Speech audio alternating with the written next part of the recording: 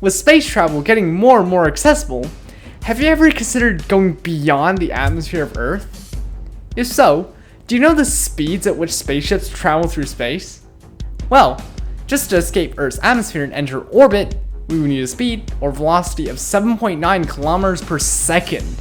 Directly exiting the solar system needs 16.7 kilometers per second, and for realistic interstellar travel, we need a velocity that's close to the speed of light.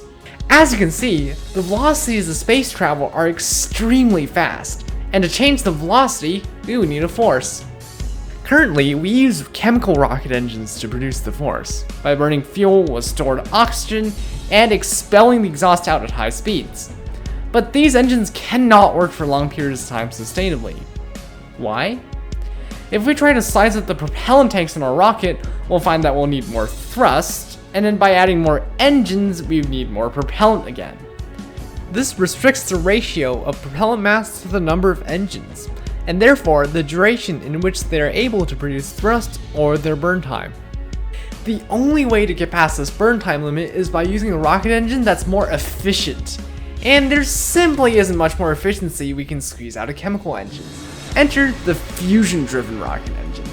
This next-generation engine uses the power of a nuclear fusion reaction, most notably known as the power source for stars, to propel the rocket or spacecraft. This type of propulsion will be orders of magnitude more efficient, using only about 1/50th the mass of the propellant needed for existing chemical propulsion.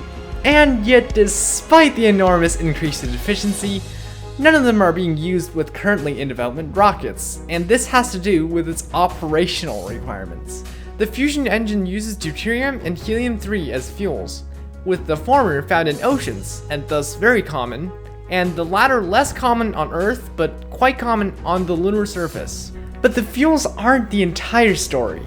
Fusion does not happen as soon as the elements meet. Instead, there's a very specific set of requirements for fusion, including immense heating and pressure, but also a way to confine the plasma that results.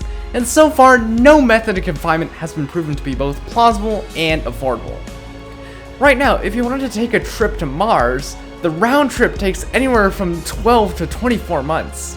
Comparably, the longest a professional astronaut had stayed in space was about 14 months. Which means that we may be pushing the limits of human capability just by sending people to Mars. And with ambitions from multiple countries and multiple companies to colonize the Red Planet, fusion propulsion might be the solution in long-term human space exploration.